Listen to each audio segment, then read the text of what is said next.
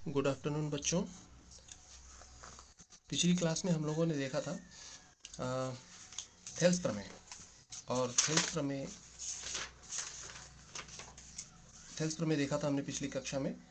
और इसमें हमने सीखा था कि किसी भी ट्रायंगल में, किसी भी त्रिभुज में एक भुजा के समांतर अगर कोई एक रेखा आप खींचते हैं तो वो रेखा बाकी दोनों भुजाओं को क्या करती है, समान अनुपात में बांटती है। यानी कि ये जो अनुपात मिलेगा वो इक्वल होगा।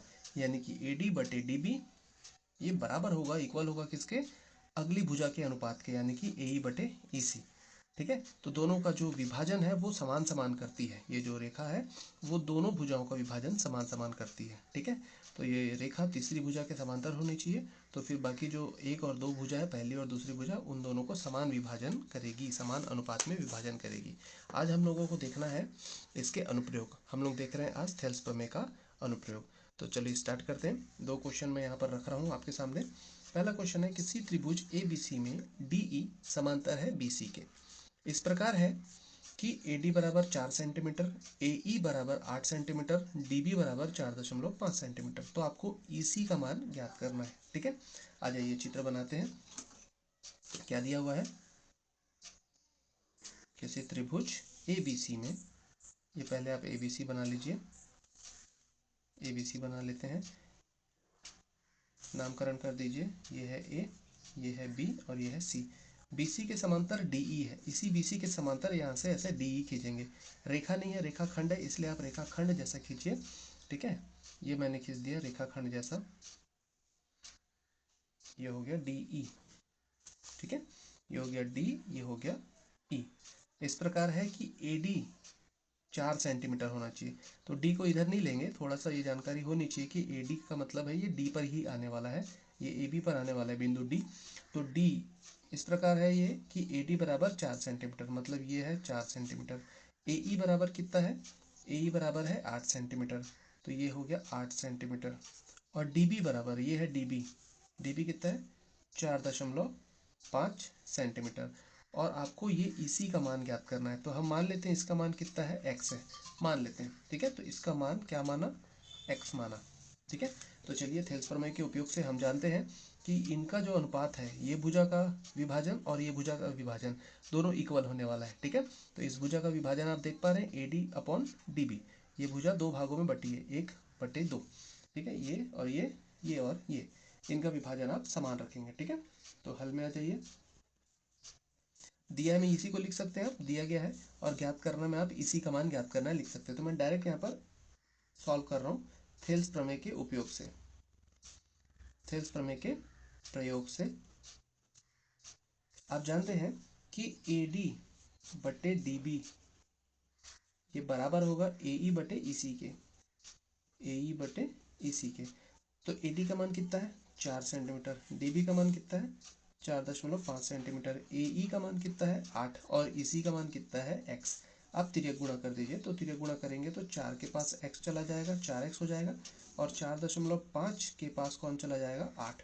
यानी कि 4.5 8 के पास चला जाएगा। आपको x का मान निकालना है, x को रोक दीजिए, 4 का पक्षांतर करेंगे। 4 यहाँ गुणे में है, इधर भाग में आ जाएगा। तो ये 4.5 गुणा 8 बटे 4, 4 से काटो। काटा पीटी का भी सिद्धांत ऊपर और नीचे का होता है ना, एक ही ऐसी संख्या खोजोगे जो दोनों साइड काटे। कई बच्चों को पता नहीं रहता, इसलिए यहाँ पर ऐसा साइन मैं लगवा देता हूँ कि ताकि आप लोगों को ये एहसास हो कि एक ही अंक आना चाहिए जो ऊपर भी काटे और नीचे भी, चाहे वो इसको काटे चाहे इसको काटे, पर कॉमनली काटना चाहिए। तो ये एक 4 ऐसी संख्या जो नीचे भी काट रहा है ऊपर भी, तो 4 दूनी, ये हो गया 4.5 गुना 2। आप इसको गुणा करेंगे, 4.5 को आप 45 लिखिए, बटे में उसका दशमलव का 1 लगाइए, दशमलव के बाद एक अंक है तो एक शून्य लगाइए, और गुणा 2।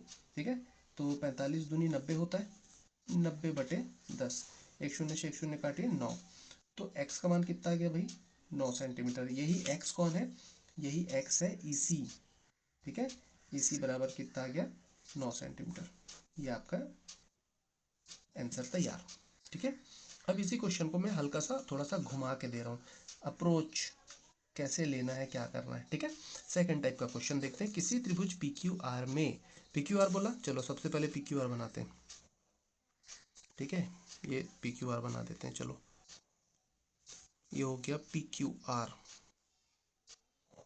ये बन गया भाई पी क्यू आर, नाम देते हैं पी, नाम देते हैं क्यू, नाम देते हैं आर। ठीक है, ये पी क्यू आर में एस टी समांतर है पी आर के। पी आर कहाँ है भाई, ये है पी आर, इसके समांतर है एस टी, मतलब ऐसे बनाना पड़ेगा मेरे को। देखिए थोड़ा सा अंदाज लेते हुए आइए, ऐसा लेकर आइए और एस टी समांतर है पी आर के, तो यहाँ से ऐसा बना दीजिए भाई, ये हो गया एस टी। अब मैं एस यहाँ लूँ कि यहाँ लूँ, ये भी देखना पड़ता है। तो आप देखिए ऐसा विभाजन करने से क्या मिला आपको, क्यू टी मिला, क्यू टी मिला। ठीक है, क्यू टी और टी आर, क्यू टी और टी आर, ऐसे तो जा नहीं सकता, तो क्यू टी और टी आर, यहाँ पे आपका टी आएगा, ये फंस रहा है यहाँ पर टी, ये टी हुआ तो ये कौन हुआ एस। ठीक है, तो एस टी समांतर है पी आर के, और इस प्रकार है कि क्यू टी है 4 सेंटीमीटर, तो ये है 4 सेंटीमीटर। तो ज़रूरी नहीं आप इसी भुजा के समांतर देखें या बनाएं, आप इस भुजा के भी समांतर बना सकते हैं, मैंने थेल्स प्रमेय में बताया है। अगर आपने वो प्रमेय नहीं देखा है तो थेल्स प्रमेय का लिंक नीचे में पड़ा हुआ है, उसको क्लिक करके आप देख सकते हैं। ठीक है, डिस्क्रिप्शन बॉक्स में जाएंगे तो आपको थ्योरम्स के लिंक दिख जाते हैं। ठीक है, तो ये एस टी समांतर हो गया इसके, Q T 4 centimetre, T R है 4.5 सेंटीमीटर, पी एस है 9, पी एस है 9 सेंटीमीटर, 9 सेंटीमीटर। और आपको पी क्यू का मान ज्ञात करना है, पी क्यू का मान, इस पूरे का मान आपको ज्ञात करना है, पी क्यू का मान। ठीक है, तो हम क्या करेंगे, पी क्यू का मान ज्ञात करने के लिए मुझे एस क्यू निकालना है। थेल्स प्रमेय मुझे बताता है कि ये बटे ये बराबर होगा, ये बटे ये और ये बटे ये क्या होगा, बराबर होगा। इसका विभाजन इस तरीके से और इसका विभाजन इस तरीके से, ये बराबर होगा। हमको ये मान नहीं पता, तो हम क्या मान के चलेंगे इसको, माना एक्स। आपको पता है मैंने वही आंकड़ा लिया है, तो आपको पता है ये कितना आने वाला है, ये आने वाला है 8। ठीक है, ये 8 आएगा। तो चलिए, थेल्स प्रमेय है ये, इसको आप कहाँ से देखेंगे, आप इसको ऐसे देखिए। ठीक है, तो क्यू टी बटे टी एस बराबर होगा क्यू एस बटे एस पी, ये हम यूज करेंगे थेल्स प्रमेय के लिए। ओके, तो थेल्स प्रमेय से,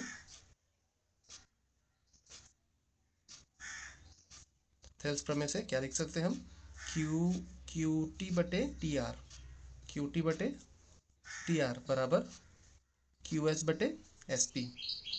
ठीक है, तो क्यू टी बटे टी आर यानी कि 4/TR मीन्स 4.5 बराबर क्यू एस कौन है, एक्स बटे एस पी मतलब 9। ठीक है, तो तिरक गुणा कीजिए जरा, 4 × 9 और 4.5 इंटू एक्स। आपको एक्स का मान फाइंड करना है, उसको वहीं रखिए, जिसको निकालना है वो वहीं रहेगा, बाकी को भगाइए। 4.5 या गुणे में है, इधर आ जाएगा 4.5 बटे में, और ये 4 × 9। ठीक है, अब इसको आप दशमलव तोड़िए, दशमलव का क्या लगेगा, एक, वो एक अब मैं ऊपर दूंगा। ठीक है, इसका दशमलव नीचे टूटेगा, वो 10 ऊपर जाएगा, तो इसका 10 आने वाला है। दशमलव का एक टूटता है और एक अंक है इसलिए शून्य लगाया, तो 10 बन के ऊपर गया। और ये हुआ दशमलव नहीं लगेगा इसमें, ये सीधा सीधे इसको 5 लिख लेता हूँ मैं, ये हो गया 45 बराबर एक्स। काटा पिटी करिए, अब कोई एक ऐसी संख्या जो ऊपर भी काटती हो नीचे भी, तो वो 9 देखो, 9 ऊपर भी काट रही है नीचे भी, तो 9 एकम 9, 9×5 = 45। अब कोई एक ऐसी संख्या जो ऊपर नीचे दोनों साइड काटे, तो 5 ऐसी है जो ऊपर और नीचे दोनों साइड काटने का काम कर रही है। 5 एकम 5, 5 दूनी 10, 4 दूनी 8 दिख रहा है आपको, ये एक्स का माना है। ये एक्स कौन है भाई, एस क्यू है। ठीक है, एस क्यू, इसलिए एस क्यू का मान, क्यू एस या एस क्यू का मान मुझे कितना मिला, 8 सेंटीमीटर। अतः हमें ज्ञात क्या करना था, पी क्यू का मान, पी क्यू का मान क्या मिल जाएगा, Q S plus S P, Q S plus S P. Q S का मान कितना आया, ये क्यू एस है 8 सेंटीमीटर, प्लस एस पी का मान कितना आया था, कितना था दिया हुआ, 9 सेंटीमीटर, तो 9 8 17 सेंटीमीटर, ये पी क्यू का मान मिल जाएगा। ठीक है, तो ये था थेल्स प्रमेय का अनुप्रयोग। इस थेल्स प्रमेय को आप देख लीजिए, पढ़ लीजिए, बहुत इंपॉर्टेंट है, और उसके आधार पर थेल्स प्रमेय के अनुप्रयोग, इतना सा छोटा सा है, बहुत शॉर्टकट में समझाया गया है। थेल्स प्रमेय के बाद आप इसके अनुप्रयोग को देख सकते हैं। ऐसे ही हम लोग पाइथागोरस प्रमेय देखेंगे और उनका अनुप्रयोग देखेंगे, वो भी बहुत इंपॉर्टेंट है, उस पर आधारित कुछ ना कुछ क्वेश्चन ज़रूर आते हैं। अगली कक्षा में मिलेंगे बच्चों, चलो तब तक के लिए।